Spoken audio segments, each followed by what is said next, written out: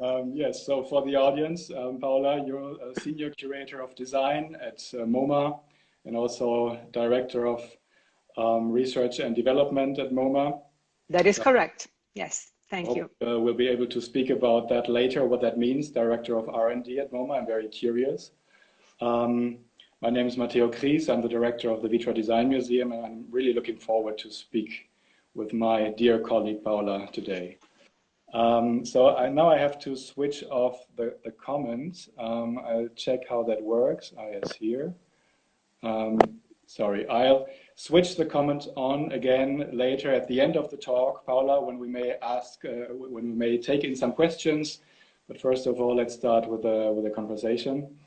When preparing the talk, Paola, I saw that the Neri Oxman exhibition, which is your latest project, if I'm right, is at MoMA, but there is an online opening on May 14.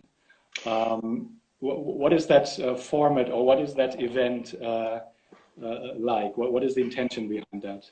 Well, that is really interesting because right now every museum is its online department, right? So right now there's a great squad that's led by Leah Dickerman, and they are envisioning all sorts of ways to bring people the museum online. And what they've decided to do is to also have these specials that concern exhibitions that are currently open and that people have hardly had a chance to see. So Neri Oxman is one, and then there's Donald Judd, there's a great Dorothea show, and then Félix Fénéon. So all of these different exhibitions. Well, Dorothea Lange was open for maybe 3 weeks. Neri Oxman for like half a week, and the same with Donald Judd, and Fénéon for 1 day, believe it or not. So we're trying to bring people the exhibition as it is online, with videos, with the wall text, with the audio guide that was recorded for the exhibition. So we're trying to give people a taste of the show, or even more of a taste, depending on the kind of materials that we have at our disposal. Because the museum right now is closed, locked. We cannot have access, and I miss it physically, I have to tell you. So we don't have a chance to go back and shoot videos, but we are compiling a perfect dossier for people online. Well, you're speaking about the situation in New York of all public institutions. What is your impression at the moment of the situation in New York in general? I mean, I guess you are at home in your home office.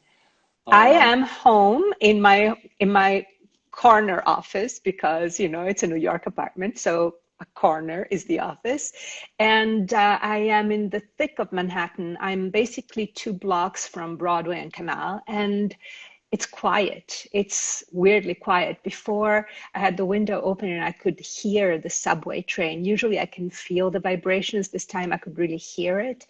So the city is quiet on one hand, and on the other hand, it's incredibly busy. The people that are considered necessary and that are necessary are really busy at work. And they are, you know, putting together hospitals and converting buildings. And I have to say, as usual, New Yorkers have stepped up and have done the right thing. You don't see people around, and those that are around have masks, and there are people volunteering and people doing their best to help others. I've always loved this city. It is my maybe first city. Well, I'm from Milano, but right now I'm a New Yorker. Yeah. If we go back to Neri Oxman, Paola, to look at one project at first. I'm not sure if everyone is familiar with Neri Oxman's work among the audience. She's a designer, scientist, researcher that does a lot of investigation into biological structures, materials sourced from biology,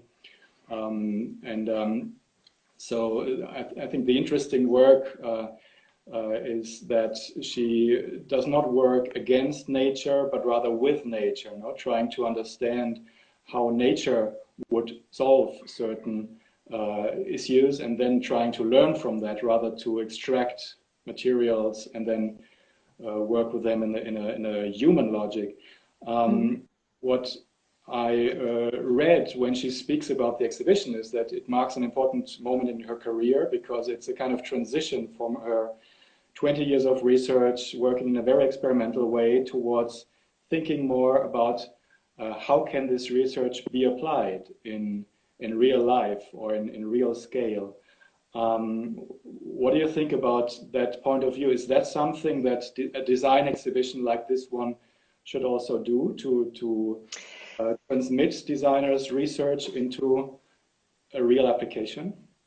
I believe so. Design comes in so many different forms and so many different also flavors that I consider it very important to be able to offer a variety of forms of design to the MoMA audience. And by the way, those of you who don't know Neri's work, you can look at it online. Even MoMA has a page for the exhibition. So it's spelled Neri, N-E-R-I, and then Oxman, it's O-X-M-A-N. And it's really fascinating. So Neri is by training an architect.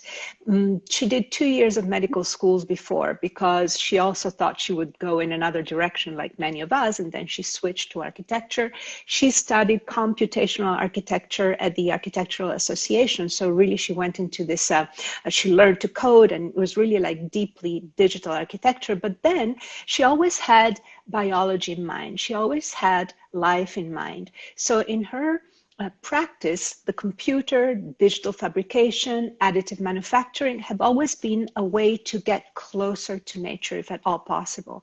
So what you will see in the exhibition, because we will reopen at some point and you'll be able to see it, are many different examples of this kind of architecture and demos of design that also incorporate nature, and in particular, a gorgeous construction that is 2 floors high that was made by 17,000 silkworms. Because that's really the point. The goal and the aspiration that Neri has is to be able to work with nature, in collaboration with nature, to build or maybe to grow objects and buildings that are really copacetic with sustainability, with all forms of nature that will enable us to build in a different way. You're an architect yourself, Paola, no? Yes, I'm an architect myself. Absolutely. I went to the Pulley Technique of Milan. Do you think that is still something that informs your work, this architectural point of view, thinking about the scale of architecture and then the scale of the object? Absolutely, always. There's always process. Process is as interesting to me as the finished object. I try not to saddle the audience too much with it because, well, I guess they're getting used to it, so they're getting to really appreciate process. But my aspiration is for architecture and design to be understood the way people have learned to understood movies and music. You know, at this point, people know what a director of photography does, they know what a production designer does, they know what mixing is, what tracks are. I would like to bring the same kind of pleasure in knowledge also to architecture and design so that people really appreciate understanding what rotational molding is. So exciting, you know, or like vacuum forming, or even just the idea of additive manufacturing with biology. Pleasure and knowledge. I think that's a wonderful dichotomy of words that go together actually, you know, or should go together in a good exhibition. And when I read about the Neri Oxman show, I didn't have the chance to see it yet, but it reminded me also of some historical MoMA exhibitions where also there was a transition from the experimental stage that was shown, or that was preceding the exhibition, towards an application in reality. You know, if we think about the exhibitions, for example, in the early 1940s about low-cost furniture or organic design, you know, that designers like Eero Saarinen, Charles Ray Eames presented basically experiments, prototypes that were not yet there for an industrial manufacturing. But 3 years later, this entered the industrial scale. So do you think that works like Neri Oxman's work, for example, have this potential to be applied in a few years in a Definitely, okay. definitely. And what she does is to devise, she works with a great group called the Mediated Matter Group. It's a group of researchers and scientists, and they all together work. And every technique, technology, and material they develop is new and is meant to be a proposal also for other architects and designers. So I believe that really that's what they want to do. I believe that a good part of what they develop will become practice, and in some cases also might become mainstream. And you know, you touched upon something really wonderful about my job. Because I deal with contemporary design, and because I am at the Museum of Modern Art, which is arguably one of the most important institutions in the world, I have the opportunity to use this platform and this power to also present to the world new ideas, new objects, new materials and new techniques that I believe could really make for a better future. And so that's what I've been doing, and that's what also my predecessors have been doing. So you were bringing up the examples of all these competitions in the 1940s and 1950s that were all meant, especially the 1940s, one, were meant to help a new burgeoning middle class have a whole new way of living. So it was really about giving proposals for the people. It's not highfalutin in many cases. It's about the world. And that's the kind of audience that we're lucky enough as curators at MoMA to engage with, right? It's the world. So we take the responsibility and the power, as Spider-Man says, with great power comes great responsibility. We take it seriously. Yeah, and I think it's also a special understanding of the word modern. No? It's not something that is, I mean, that could be seen like in art history as something that is from the past. It's a closed period, but you're really understanding the word modern as, or reinterpreting the word modern as an interest in the contemporary, no, and in the contemporary technologies and challenges that designers and architects have to cope with, right? Definitely. Modern not as an historical label, but modern as an attitude that is about pushing things forward, pushing the world forward in what is perceived as an optimistic and constructive way. That's how we really envision it. A certain honesty, a commitment to improving things, not only for other human beings, but at this point in history, also for other species and the rest of the world, is the modern that, especially in the architecture and design department, we subscribe to. It's a very standard question, but do you think we're currently experiencing something that is a kind of new wave of modern thinking in the sense that there is an interest in technology, in tools, and let's say not so much in form or in history, but really in facing the reality, the contemporary, and as designers and architects to try to come up with solutions? Yes, well, you know, technology is always there. It's how you use it.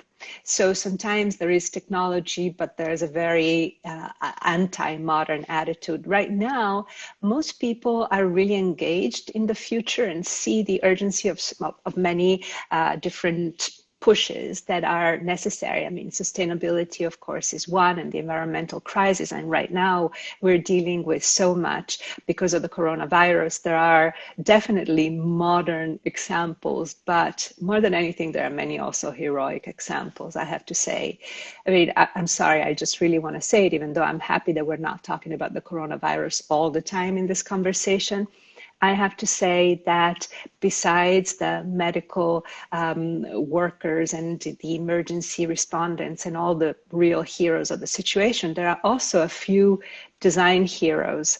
I have to give a shout out to all the designers all over the world that are 3D printing PPE, personal protective equipment. I have to give a shout out to the doctors. You know, yesterday I was listening to my great friend Alice Rosthorn having a conversation about on what design can do, and she she has come up with this beautiful list. I'm sure that many of you follow her Instagram, and she has done one of her series about coronavirus. So there you will be able to see doctors and designers working together to 3D print ventilator valves. And then yesterday I was also hearing from my Superman, super design man hero, Ezri Tarazi out of Israel. He is there printing like a madman. His wife, Michal, is at home sequencing DNA because she's a scientist. The kids are delivering meals and protective equipment. I have to say that, as usual, the architecture and design community step up to the plate. In a way, most of them are always modern. Yeah. Let's stay a while with that topic, with again the coronavirus, but let's look at, or let's speak about what this could mean for the design world at the moment, but maybe also on a midterm basis. You know, a lot of changes in the design world have emerged from moments of crisis. If we think about the post-war time, about the 1920s, even the 1970s, you know, there were a lot of disruptive moments that have also freed a new energy. So you were alluding to the fact that this is already happening, and I think the same. What do you think will come? Can we take? Well, you're doing the right thing by thinking of history, because it's too soon right now to say what's going to happen. Of course, you're talking about the periods after the Great Depression, but also after World War II. I mean, it was just an amazing moment because during the war, so many new technologies were developed by the military that became then available for civilian use after the war. So it was just this amazing explosion of, that's when Charles and Raim started doing the fiberglass, for instance, but we can go on forever. I have been through two crises that I can feel, I mean, maybe three, because I was also a kid during terrorism in Italy, but I don't know that that helped design that much. Then I was through 9/11 and I was through 2008, the financial crisis. I have a feeling that this is very, very different. I mean, politicians and sociologists say that, but I think it's going to be different also for design, because I believe that we will also deal with new behaviors, not only with new objects and new technologies, but also with new behaviors. I wonder what will remain of physical distancing after this is, between quotes, over, because I don't know when it will be over, but I find it really very interesting. It will be, and we will need new way. I'm a hugger, I'm Italian, I kiss, I miss people physically. I'm having seriously a hard time, and I don't know, I will have to ask consent in the future, for instance. So that is one interesting way.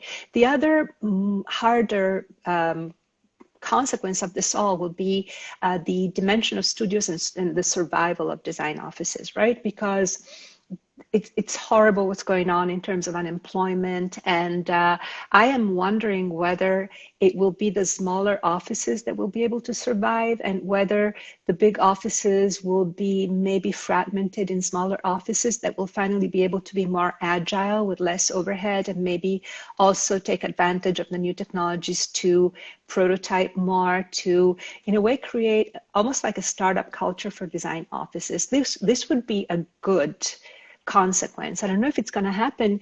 I'm not a futurologist, and I am right now gathering, I'm listening to many conversations. I am reading, I'm trying to develop. As usual, designers will make the best of the situation, but I feel that many of them, like many other people in the world, will be going through difficult times and real hardship.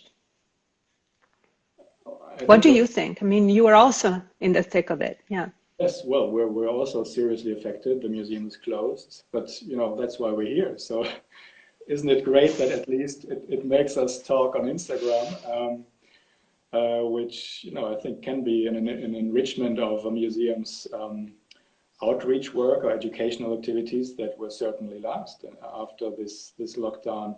But you know, something you mentioned before is interesting, that I also agree that it's not comparable to the situation after 9/11 or after the financial crisis in 2009. What I think is also different is that somehow the current crisis seems like an extension of what has been discussed in the past years already.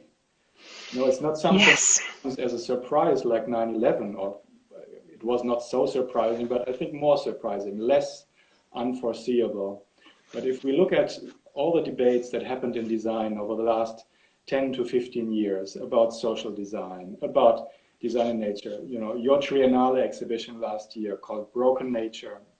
I mean, there were so many designers' projects that seemed to anticipate what is currently happening. So I think this is a difference to previous crises that really came nearly out of the blue. And now it seems like we're living a reality that designers have already, not only designers, also artists and fiction writers have already speculated about long before. Isn't it? Do you agree to that?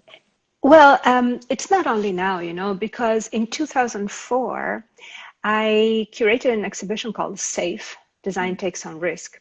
The funny thing is that that exhibition was in the works already in 2001 when 9/11 happened. But at that time, it was called Emergency. And it was all about emergency equipment, triage centers, about everything that was going on in New York after 9/11. So we decided with my colleagues to park it for a moment. And then because we are design people and art people, we picked it up again, but using the half full glass of risk. So the proactive instead of the reactive, you know, instead of emergency, risk and safety. And the exhibition was gas masks, it was protective equipment, it was everything that you see today. Truth is that you know, today since then we have evolved. Of course, we have evolved to understand much more also about biology. As we say, we're in the century of biology. If we were in the century of the computer, the past one, today is the century of biology. So we're thinking much more also the microbiome, and the virus belongs in that scale and in that category. So of course we all grow up, but the sense of what could happen is always in the minds of designers. So yes, what we see today is not surprising. What is surprising is that it's a surprise to so many governments, right? I was reading about Finland that instead stockpiled since World War II. They're ready for everything at any time. I'm surprised that so many of us, what is it? The cicada and the ant is the famous fairy tale.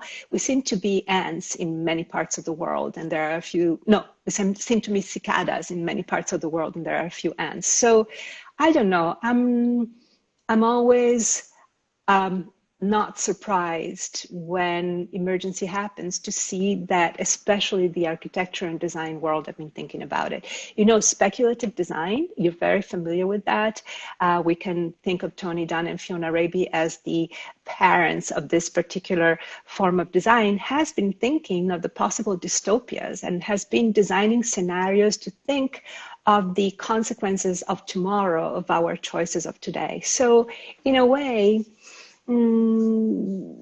it is interesting to see that so many thoughts have already been elaborated about our current predicament. And you had a lot of these projects in your Broken Nature exhibition last year, right? Yes. That was the Triennale di Milano, the 22nd one. It was called Broken Nature, and it was about survival or extinction, and what architects and designers and artists can do within the constraints of the knowledge that we will at some point become extinct. So the motto of the exhibition is that we will become extinct. We might as well design a very elegant extinction and do the best we can, so we will leave a good legacy. There were many examples, yes. Well, if we look at the time between the safety exhibition in 2004, I think it was. Yes. And Broken Nature, in the Safe exhibition, I think, if I'm right, the tone was still more positive, or maybe more about the positivistic side or potential of design, whereas the Broken Nature exhibition also had a rather, you mentioned it, a rather dystopian approach with the idea we will become extinct. So That's not something we can change, but we can change the way how it happens and when it happens, maybe. And then there's Yes.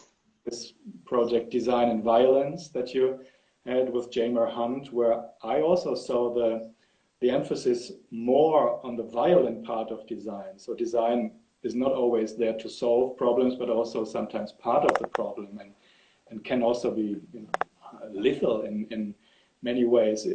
Is that right? That there's a certain that your approach maybe has become a little less optimistic over the last decade? It has become more realistic. See, I don't believe that this extinction is dystopia. Extinction is reality.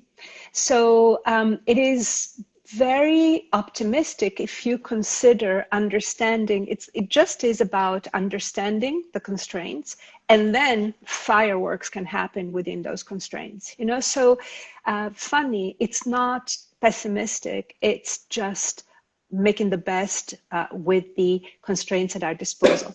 Design and Violence was almost an epiphany. You know, Jamer and I are partners in crime often because we really complement each other. But I remember that it all happened when the 3D printed gun files were released.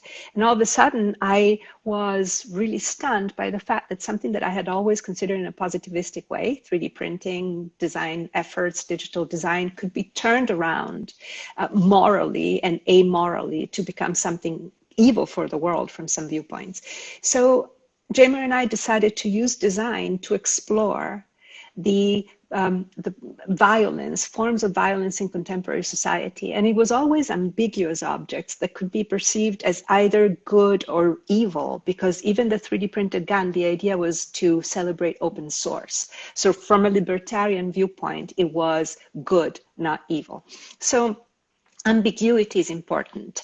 Vulnerability is important. Understanding our constraints is important. And then we can do wonders inside these constraints. Some design examples bring me to tears because of the vitality and the zest for life and the altruism that they convey. So no, I don't think it's pessimistic. It's just healthy realism. And you mentioned one or two that bring you to tears, that move you so much. Well, there's one piece that was in Broken Nature that I'm very proud of. That was putting together the science work of Karthik Dinakar, who is at MIT and studies language online, together with an illustrator to make a poster that is almost like a Heimlich maneuver poster. You know, when you like swallow something the wrong way in all restaurants, you have this Heimlich maneuver poster. It's a poster that is meant to be used in ERs to remind doctors and first responders that women speak about heart attacks in a different way. So in a way, it kind of reminds people that a woman might be having a heart attack, and you know, heart attacks kill most women than many other, even than cancer, I think, or maybe they're the second, because people don't understand that women are having a heart attack. So that's an example. Another example that I love is I'm giving you two graphic design examples just by chance, but the accessible, the disability project that takes the usual wheelchair logo that you see when you have accessibility areas and simply bends it so that instead of being a passive person that's being pushed, it's this kind of like speedy athlete that is using her or his own muscles to be propelled forward. So not a disabled person, but a differently abled person. So these are examples that bring me to tears. And there are so many others, right? Designers and architects do wonders, and artists and human beings in general. I think these are also two good examples for this still positivistic approach in these design projects. And Paola, also parallel to the exhibition at the Triennale, exactly 1 year ago, we had a conference at the Triennale where you were on the panel. I think it was 1 year ago plus 2 days, so really a coincidence. So true, yes. Away, you know, I know. Ages, but there you were on a panel with the title Post Nature. So the emphasis was a little different, but also very connected to broken nature. There, I think the emphasis was more about we're living in a period of post-nature in the sense that even nature is designed today, and there's few surroundings or ecospheres in which we can live that are not designed, that are still really undesigned.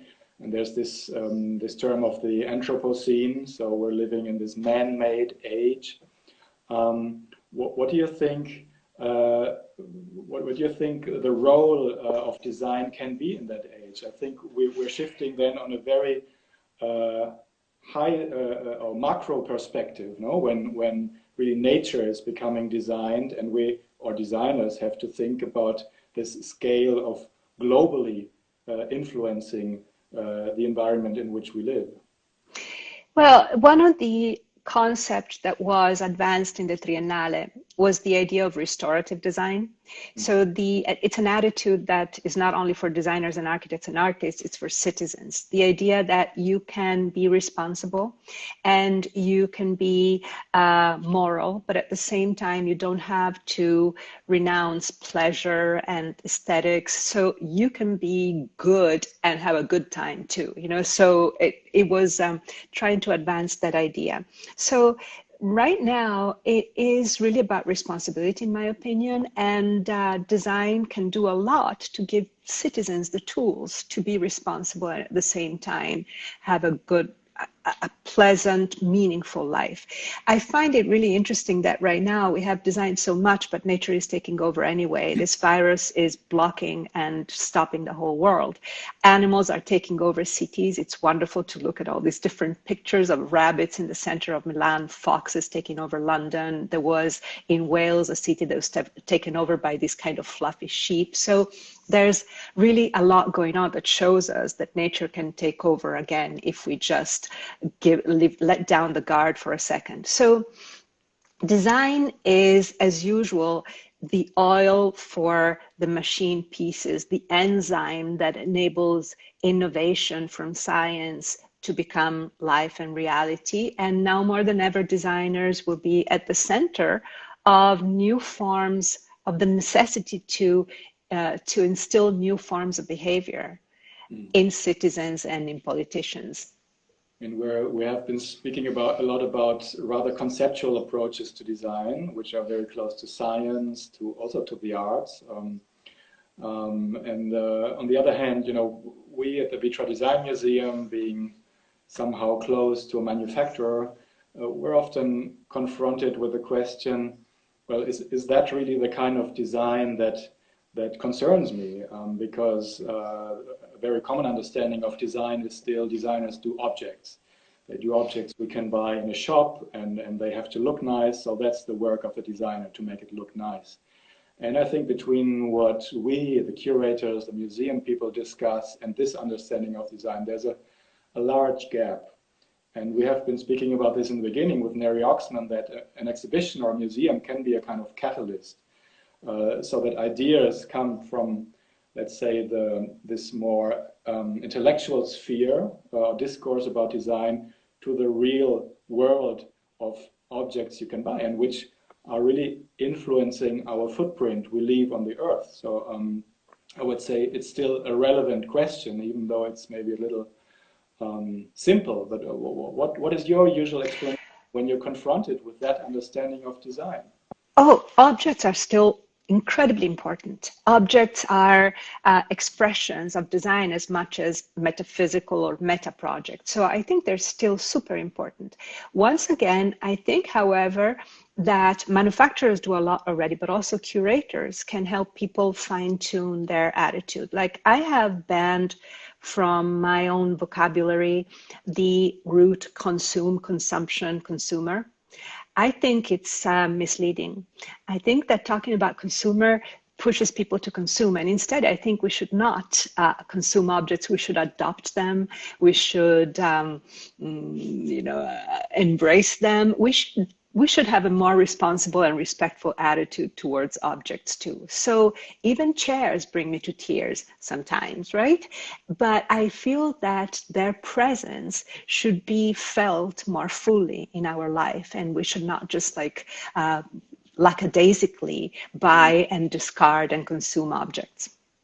You know, I think the example of a chair is also a good example to understand that today we might see it as a, you know, as a piece of design history, but in fact a chair by Alessandro Mendini of the early 1970s or by the Eameses in the early 1940s, they were also an expression of disruption in society and of very radical ideas in their time. So I think that is big time, yes. We look at these icons and we just think, okay, well, we know this wonderful form, I want to have it in my living room, but that's not what these objects were about in their time, right? Mm-hmm. Absolutely. You know, right now the Triennale is working on an Enzo Mari exhibition. Hans-Ulrich Obrist is working on it.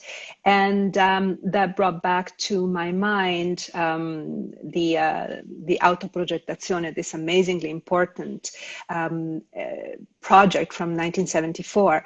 Now, even last year, you had the Victor Papanek exhibition at Vitra, amazing exhibition about design and politics. And the Serpentine right now is having this exhibition about wood by Forma Fantasma. And even in that case, the essay was, the essay I wrote started from autoprogettazione. The Enzo Mari exhibition is happening. That goes to tell you that sometimes expression of rebellion or deepening of culture in a certain moment can come back. It's really funny how relevant that project that was about sharing design with citizens, that was about economy, that was about morality, seems to be so up to date today. By the way, if I can give a shout out, tomorrow I'm talking with Forma Fantasma also online. I'm going on a tear of Instagram lives because I want to learn. So, so on the Serpentine channel. Huh? Doing as you always did that, so you're doing super well. It's my second time. It's your second. Wow, good for us.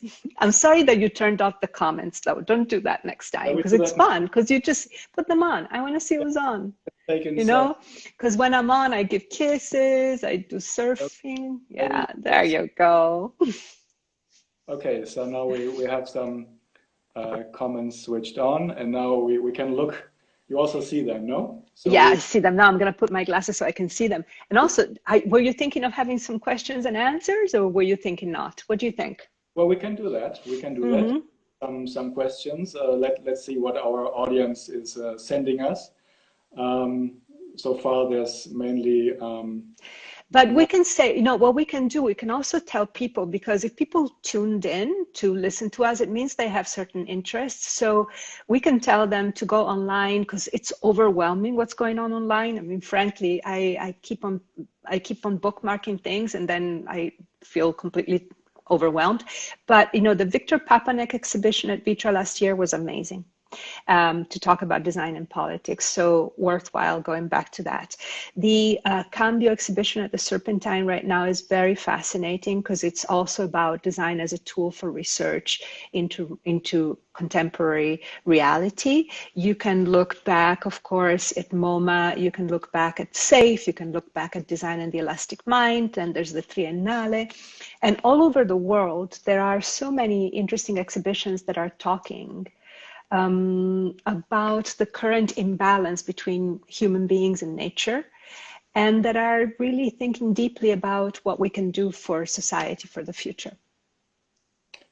Yes, well, I totally agree. There's much to add.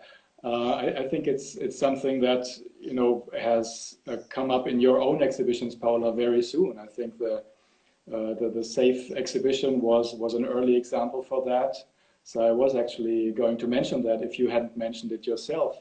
I thought it was actually a reaction to the 9/11, and then this came up. But for me, this was a moment of change in the whole discourse of design, because in the 1990s, it was still very much about form, about the industrial product. And then in the early 2000s, this changed. It took a while until it really entered the reality of exhibitions in museums. But at the moment, I feel it's a super interesting moment, which is further enhanced by the crisis we're living at the moment. Absolutely. And I was like seeing there were some of the questions that were about how institutions will be changed by the coronavirus. Well, first of all, I would like to say something about, you were very kind to talk about SAFE and say that it was forward looking. But the truth is, as you know very well, ideas are $1 a pound. I always say it. It's the ones that you not only decide, but you're allowed, that you fight for, because in museums there's budgets, there's schedules, so it's not like you can always have an idea and make it happen. So it's really a collective analysis and a collective metabolism that enables exhibitions, books, everything to happen. So regarding the question of how institutions will be changed by the coronavirus, we're still thinking about it. I mean, right now, the Museum of Modern Art is hard at work. There are meetings online all the time. We're all thinking of what it will mean, not only practically, but also intellectually. And our director, Glenn Lowry, has talked about the fact that the civic aspect, the civic role of the museum is paramount right now. I mean, when cataclysmic events happen, institutions are pillars that people look to have solace in some cases, if the museum is open or if churches are open, or look for ways forward. So we're thinking about it very actively. And even though I am not able to say yet what's going to happen in the future, we're all thinking hard. I totally agree. And there's a lot happening behind the scenes. The fact that the number of these kinds of live talks is suddenly increasing, but also the exhibition program will certainly reflect what is happening during those days. I know the Triennale is discussing collecting examples of design that is emerging from this current situation and maybe do an exhibition with it. So. But as you say, Paola, museums are also complex organisms, no? With individuals, and these individuals they also interpret the situation currently differently.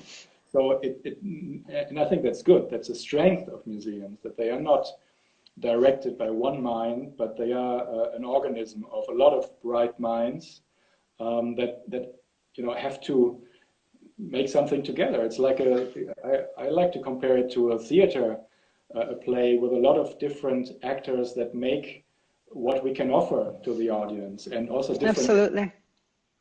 And it's also important for people to realize that they are places that need to keep the lights on and keep the air conditioning going.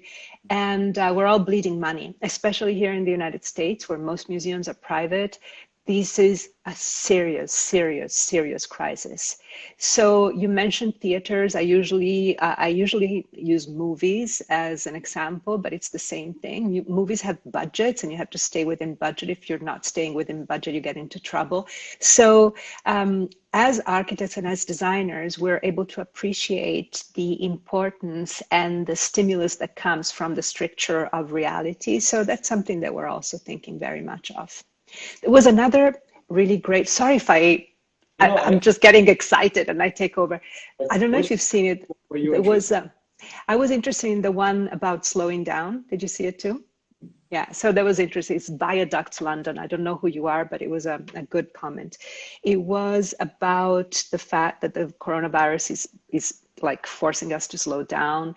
Will this remain afterwards? And will design help us do that? I hope so. There's something, the whole slow movement, starting with slow food, is not only about rhythm and time, but it's also about focus, and it's about a reset of values. So I do hope that design will keep us on this interesting path of understanding the importance of family, the importance of friends, the importance of physical versus digital. I hope so. I don't think we will be able to cancel this experience. Even though we would like to cancel 2020, it's not going to happen. So for good and for bad, it's going to stay with us. I totally agree. Paola, there were two other questions which we can maybe combine because they go in the same direction. One was Hi, Rebecca. Ciao, Rebecca. I saw Rebecca. development of design post-corona. It's a very general question. And then there was another one which was more focused, was will handcraft disappear in a time with less human contact? I personally don't think so. No, quite the opposite. Object is, and exactly, I think when we think about slowing down, and we are slowed down at the moment, I think this offers the door for a new perception of the value of handcraft, of things that are well made, that have a longer life, that are not consumed quickly. So I think that may be one tendency that we will see in design in the next years. What do you think would be other results? Yeah, no, I think that if anything, quite the opposite. I mean, once to connect it with the question before and a different rhythm. Also, I live in New York, so in New York, you always feel frazzled and you hardly cook, right? But even just how forced we are by staying home to cook or to use our manuality, all the children that are at home right now and the parents that are not only homeschooling but also finding new ways to entertain them, usually it's about making. You know, all over the world there's been this rainbows in the window project, and it's all about making. So both at the level of designers and companies that have been, as Matteo said, valuing materiality and the value of good crafts, but also at a very amateurish level, I think that it's here to stay, and it's, if anything, stronger than ever. Also because of material cultures, the importance of there's so much. No, it's here to stay. There's this beautiful word for designers. They are makers. No, it has come up in the last decade. Makers, which was very often used in a digital context, but in fact it also has an analog context, and I think we're all makers at the moment. Yeah, I agree. And so shall we look at another question? If you want, you're the MC. I'm just checking if there's any other ones. Let's see, books. There are some that are really interesting, and you probably see. Do you think lately design has been overwhelmed by waving hands? So we're waving back. I think that's a great feature, this interactive possibility. I like it. You should keep them on the comments. You know, it's just lovely. And then I've seen people that really know how to do Instagram Live, like DJs, then they give you a shout out, and people really feel that they're in the same room. So yeah, as you and I become more comfortable, we're just gonna find out all the features. But I think I was trying to think, as we're getting towards the end of our time together, not that we can go on forever, but we just wanted to be mindful also of people. I was just thinking if there's anything that you and I haven't spoken about that we should. We talked about our city. You haven't really talked about Berlin, but I think. Well, it's locked down. You know, we're at home. I have 3 children, so it's an interesting situation. You know very well. I have an office outside our home, which is the painting studio of my wife. So sometimes I can go there to work there, but it's challenging. On the other hand, we see that the growth rates of the virus in Germany are going down a little bit. So I think there's some hope that in a few weeks the measures will be taken back, probably slow by slow, but I think there's light at the end of the tunnel. Always.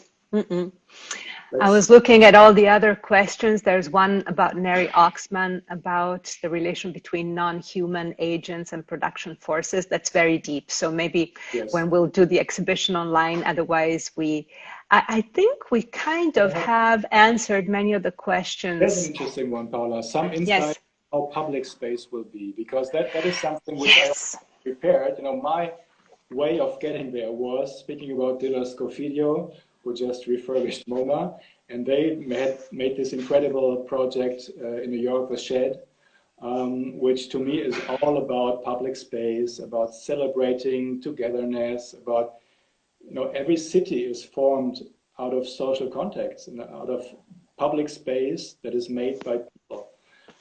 What do you see how that space will change? As an architect, also. I hope it will not change. I hope we will, like we got over 1918, like we got over Ebola, etc. We'll find a way to be together again. There will be some differences, perhaps, maybe less Italian kissing, but I believe that we will acquire an immunity, at least temporary, and we will get together again. Public spaces will be as important as before. I have to believe so because I live in a city that is all about togetherness. And, you know, it makes me also think of another shout out that I want to give, which is to the Biennale of Architecture that was supposed to happen in May and instead now is postponed, and it's in the fall. We'll see what's going to happen. And it's by Hashim Sarkis, who's the curator, and it's how will we live together, question mark, is the theme. Now, how topical is that? How will we live together? I am very, very hopeful about that. I think that human beings want and long to live together also physically. So we will figure out a way for that to happen. We will negotiate with the virus, you know, we will just like sit down at a table and have a good negotiation. Yes, I agree, Paola. And I think that's a wonderful ending word. So it was really beautiful to chat with you. Likewise. Thank you for giving me this like blessing, my first Instagram live. And thank you all for being here, for listening, for asking questions, for sending hearts. I am very touched and happy. Thank you very much. Thanks to you, Paola, Senior Curator of Design at the Museum of Modern Art. Thank you, Matteo, Director of the Vitra Design Museum. For all of you of the audience who want to tune in, next time we have this talk, we'll have a talk with Alice Rawson. Yes. Next Wednesday. So I think we can perfectly continue some of the topics we spoke about. Paola, perfect. Today. And tomorrow, tune in on the Serpentine. Yes, tune in yes. tomorrow at the Serpentine, and then next week with Alice Rawson and myself. Thank you again, Paola. Ciao, Matteo. Of the day, and talk to you soon. Hopefully, we'll meet again very soon in person. Ciao. Okay, grazie. Bye-bye.